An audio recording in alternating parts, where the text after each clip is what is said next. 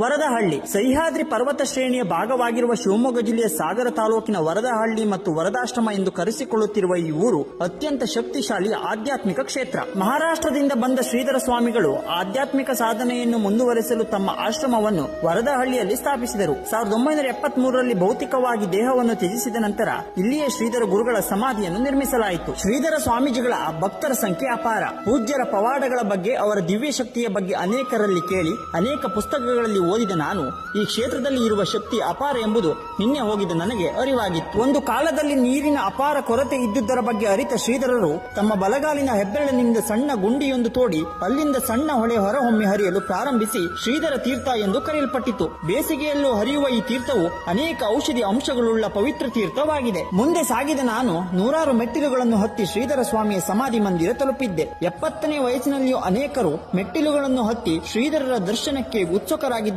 ಕಂಡು ಪುಳಕಿತಗೊಂಡಿದ್ದೆ. ದರ್ಶನದ ನಂತರ ಕಾಡಿನಲ್ಲಿ ಸಾಗಿತ್ತು ಧರ್ಮಧ್ವಜ ಸ್ತಂಭವನ್ನು ನೋಡಲು. ವೇದಗಳ ಮಂತ್ರಘೋಷ ಮತ್ತು ಹಕ್ಕಿಗಳ ಕಲರವ ಕಿವಿಗೆ ಬಡಿಯುತ್ತಲೇ ಸಾಗಿದ ನನ್ನ ಪ್ರಯಾಣ ಬೆಟ್ಟದ ತುದಿಯನ್ನು ತಲುಪಿ ಧರ್ಮಧ್ವಜದ ಸ್ಥಳವನ್ನ ನೋಡಿ ಪುನೀತಗೊಂಡಿದ್ದೆ, ಕಣ್ತುಂಬಿಕೊಂಡಿದ್ದೆ. ನೂರಾರು ಗೋವುಗಳನ್ನ ಕಣ್ತುಂಬಿಕೊಂಡು ಶ್ರೀಧರರು ತಪೋಗೈದ ಮಂದಿರ, ಪೂಜ್ಯರ ಪಾದುಕೆ, ಪುಷ್ಕರಣಿ, ಕುಟೀರ ಹೀಗೆ ಅನೇಕ ಸ್ಥಳಗಳು ಅತ್ಯಂತ ಶಕ್ತಿಯುತವಾದ ಸ್ಥಳಗಳಾಗಿವೆ. ಒಟ್ಟಿನಲ್ಲಿ ಅದ್ಭುತ ಶಕ್ತಿಯುಳ್ಳ ಈ ಕ್ಷೇತ್ರವು ಸಕಾರಾತ್ಮಕ ಕಂಪನಗಳಿಂದ ತುಂಬಿದ ಅದ್ಭುತ ಶಕ್ತಿಯುಳ್ಳ ಪವಿತ್ರ ಸ್ಥಳವಾಗಿದೆ.